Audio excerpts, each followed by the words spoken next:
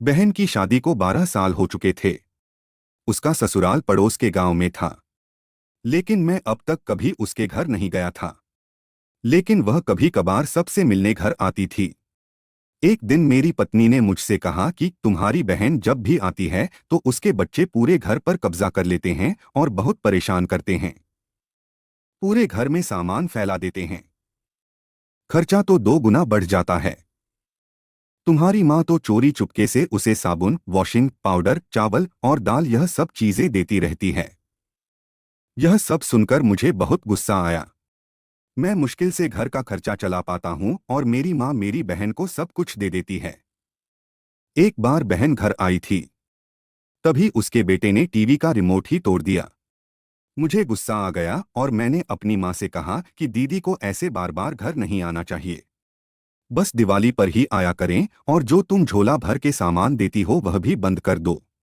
माँ ने कुछ नहीं कहा, पर बहन ने सब सुन लिया था, लेकिन वह भी कुछ नहीं बोली। 4:00 बज चुके थे। उसने अपने बेटे को तैयार किया और कहा, भाभी मुझे बस स्टॉप तक छोड़ दो। मैंने ऐसे ही झूठ मूठ दीदी को बोला, जा रही हो दीदी? कुछ दिन और रुक जाती। उसने मुस्कुराते हुए कहा, अरे नहीं, बच्चों की छुट्टियां खत्म हो रही है, हमें जाना चाहिए अब।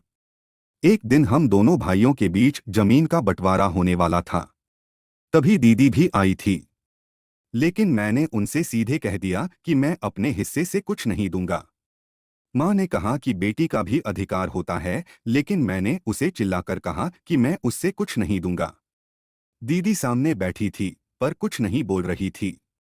अलग होने के कुछ दिनों बाद मेरे बड़े बेटे को टीबी की बीमारी हो गई। मेरे पास उसके इलाज के लिए बिल्कुल पैसे नहीं थे। मैं बहुत तनाव में था। ऐसे ही एक दिन मेरी बहन घर आई और मेरे पास बैठ गई। उसने अपना हाथ मेरे सिर पर फेरा और कहा कि तुम तनाव में हो क्या? मैं तुम्हारी बड़ी बहन हूँ, मैंने तुम्हें बचपन से पाला है, तुम्हें जानती हूँ। उसने अपने हाथों से सोने की चूड़ियाँ निकाली और मेरे हाथों में दे दी। उसने कहा, तुम पागल हो, तुम ऐसे ही टेंशन ले रहे हो। यह चूड़ियाँ लो और अपने बच्चे का इलाज करो। वह धीरे से बोली, चूड़ी के बारे में किसी को मत बताना, तुम्हें मेरी कसम है। उसने फिर से अपना हाथ मेरे सिर पर फेर दिया। उसने मुझे 1,000 रुपए दिए, उसमें 50 और 100 के नोट थे। शायद उसने बचत करके जमा किए होंगे।